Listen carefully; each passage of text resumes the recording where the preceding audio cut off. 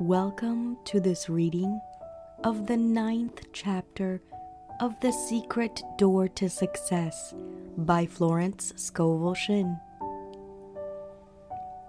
My name is Joanna, and I will be reading for you today. Chapter 9: The Way of Abundance. The way of abundance is a one-way street. As the old saying is, there is no two ways about it. You are either heading for lack or heading for abundance. The man with a rich consciousness and the man with a poor consciousness are not walking on the same mental street. There is a lavish supply divinely planned for each individual. The rich man is tapping it, for rich thoughts produce rich surroundings. Change your thoughts, and in the twinkling of an eye, all your conditions change. Your world is a world of crystallized ideas, crystallized words. Sooner or later, you reap the fruits of your words and your thoughts. Words are bodies or forces which move spirally and return in due season to cross the lives of their creators. People who are always talking lack and limitation reap lack and limitation. You cannot enter the kingdom of abundance bemoaning your lot. I know a woman who had always been limited in her ideas of prosperity. She was continually making her old clothes do, instead of buying new clothes. She was very careful of what money she had and was always advising her husband not to spend so much. She said repeatedly, "I don't want anything I can't afford." She couldn't afford much, so she didn't have much. Suddenly, her whole world cracked up. Her husband left her, weary of her nagging and limited thoughts. She was in despair when one day she came across a book on metaphysics. It explained the power of thought and words. She realized that she had invited her unhappy experience by wrong thinking. She laughed heartily at her mistakes and decided to profit by them. She determined to prove the law of abundance. She used what money she had fearlessly to show her faith in her invisible supply. She relied upon God as the source of her prosperity. She no longer voiced lack and limitation. She kept herself feeling and looking prosperous. Her old friends scarcely recognized her. She had swung into the way of abundance. More money came to her than she had ever had before. Unheard of doors opened. Amazing channels were freed. She became very successful in a work she had no training for. She found herself on miracle ground. What had happened? She had changed the quality of her words and thoughts. She had taken God into her confidence and into all her affairs. She had many 11th hour demonstrations. But her supply always came, for she dug her ditches and gave thanks without wavering. Someone called me recently and said, "I am looking desperately for a position." I replied, "Don't look desperately for it. Look for it with praise and thanksgiving. For Jesus Christ, the greatest of metaphysicians, said to pray with praise and thanksgiving. Praise and thanksgiving open gates, for expectancy always wins."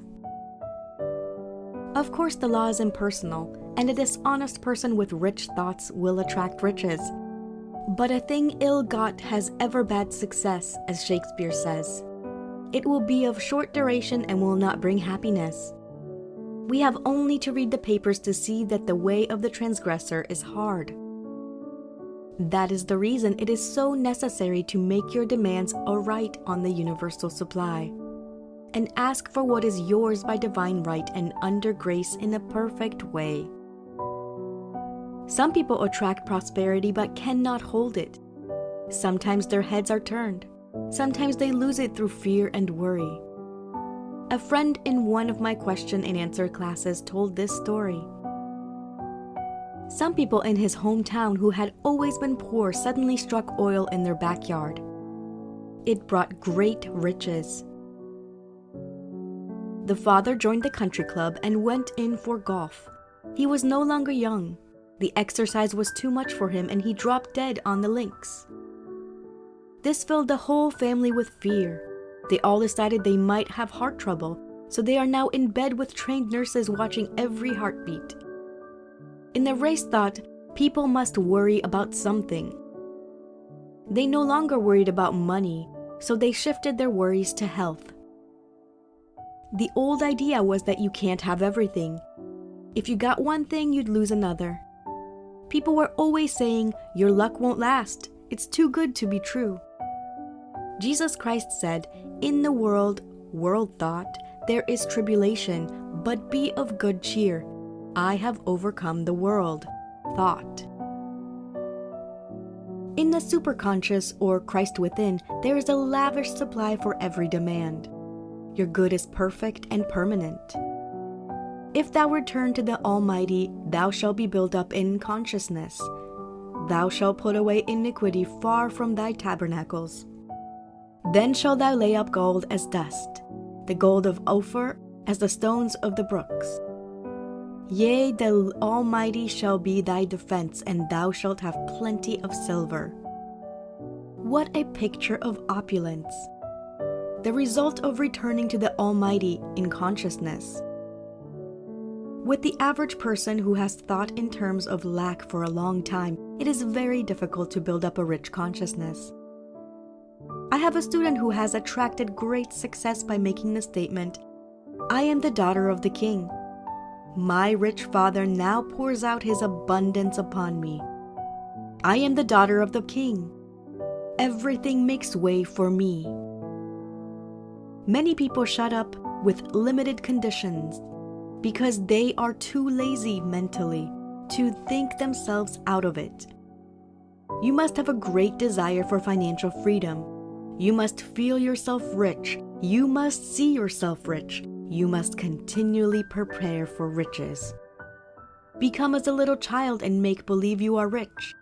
You are then impressing the subconscious with expectancy. The imagination is man's workshop, the scissors of the mind, where he is constantly cutting out the events of his life. The superconscious is the realm of inspiration, revelation, illumination, and intuition. Intuition is usually known as a hunch. I do not apologize for the word hunch anymore. It is now in Webster's latest dictionary.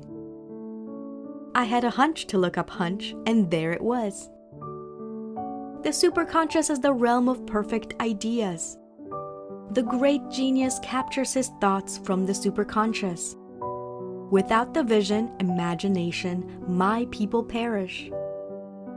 When people have lost the power to image their good, they perish or go under. It is interesting to compare the translation of the French and English Bibles. In the 21st verse of the 22nd chapter of Job, we read, Acquaint now thyself with him, and be at peace, thereby good shall come unto thee. In the French Bible we read, Attach thyself to God, and you will have peace. Thou shalt thus enjoy happiness.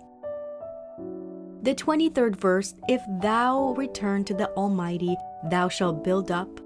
Thou shalt put away iniquity far from thy tabernacles. In the French translation we read, Thou shalt be re-established if thou returnest to the Almighty, putting iniquity far off from your dwellings. In the 24th verse we read a new and amazing translation. The English Bible reads, Then thou shalt lay up gold as dust, and the gold of Ophir as the stones of the brooks. The French Bible says, Throw gold into the dust, the gold of Ophir amongst the pebbles of the torrents, and the Almighty shall be thy gold, thy silver, thy riches. This means if people are depending entirely on the visible supply, it is even better to throw it away and trust absolutely in the Almighty for gold, silver, and riches. I give an example in the story told me by a friend. A priest went to visit a nunnery in France, where they fed many children. One of the nuns in despair told the priest they have no food. The children must go hungry. She said that they had but one piece of silver, about the value of $0.25. They needed food and clothing. The priest said, "Give me the coin." She handed it to him and he threw it out the window. Now, he said, rely entirely upon God. Within a short time, friends arrived with plenty of food and gifts of money. This does not mean to throw away what money you have, but don't depend upon it. Depend upon your invisible supply, the bank of the imagination. Let us now attach ourselves to God and have peace, for He shall be our gold, our silver, and our riches. The inspiration of the Almighty shall be my defense, and I shall have plenty of silver. End of chapter 9. Thank you for listening to this reading of the 9th chapter of The Secret Door to Success by Florence Scovel Shinn. Don't forget to comment below your biggest takeaway from today's reading. If you like this video, found it helpful or valuable in any way, hit that thumbs up button.